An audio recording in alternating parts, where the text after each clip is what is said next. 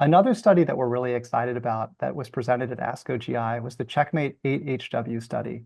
This study evaluated patients with stage 4 mismatch repair deficient or microsatellite unstable colorectal cancer, and it specifically looked at what treatment we should give these patients in the first line. We've been waiting for this trial for a long time, and there were 3 main arms to this trial. Some of these results had been published before in the New England Journal last year, as well as in previous conferences, but we have been waiting on the final arm. The first arm was Nivolumab, which is a PD-1 inhibitor, plus Ipilimumab, which is a CTLA-4 inhibitor. These are 2 very strong immunotherapy drugs that we know can work in later line settings for patients with mismatch repair deficiency, but hadn't yet been proven together in the first line setting to offer increased benefit.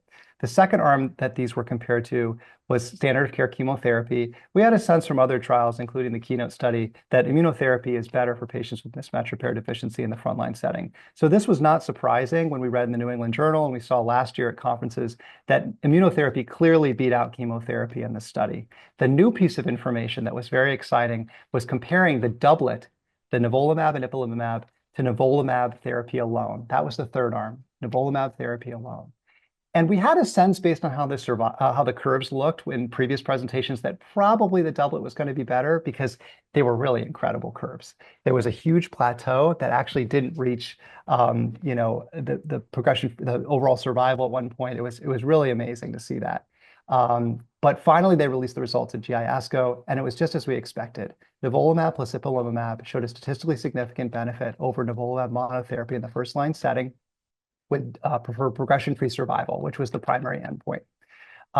We don't yet know the overall survival. There's not enough events in this population. This is a population of patients that do really, really well.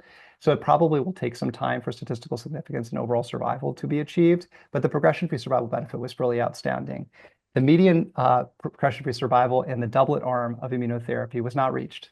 So it basically had plateaued as of time of last follow-up versus 39 months in the single arm of Nivolumab, for a hazard ratio of about 0.6. The overall response rate was also higher with the doublet. It was around 71% versus 58% in the single immunotherapy dot. And if you look across the curves, you can kind of sense at almost every time point, there's probably about a 15% increase in progression-free survival when you use the doublet. So whether it's 1 year, 2 year, 3 year, that distance between the curves is really pretty well preserved.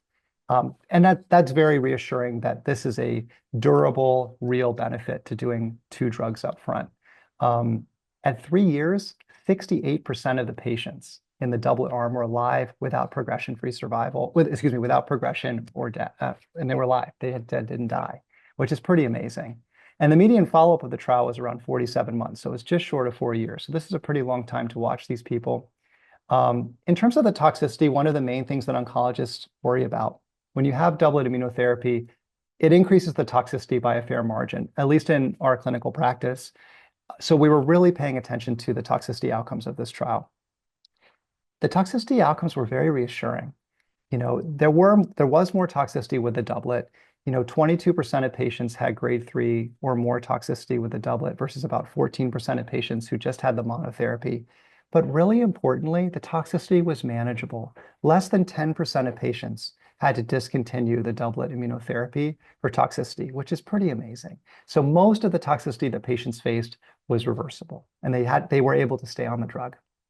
One of the things I'll just say as an oncologist in terms of toxicity, some of the toxicities like colitis, hypothyroidism, they're pretty mild, but when you look at endocrinopathies, meaning severe hypothyroidism, severe adrenal insufficiency, hypophysitis, these are life-changing toxicities for patients. They will require replacement endocrine therapy for the rest of their lives.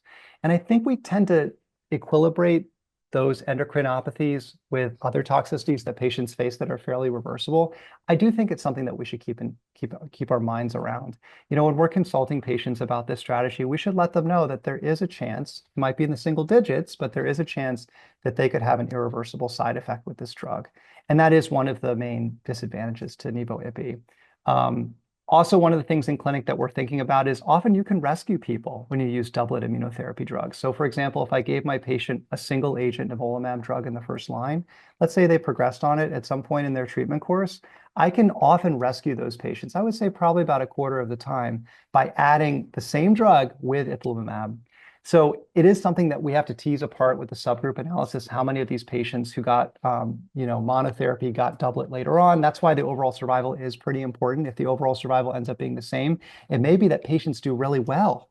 Patients that do really well on monotherapy can be spared the doublet. They don't need CTLA-4. If they do really, really well with one drug, you can leave it on the shelf and you might not need it. They might, if they do really well with one drug. So in those patients, you can avoid toxicity. So these are pieces of information that's really important.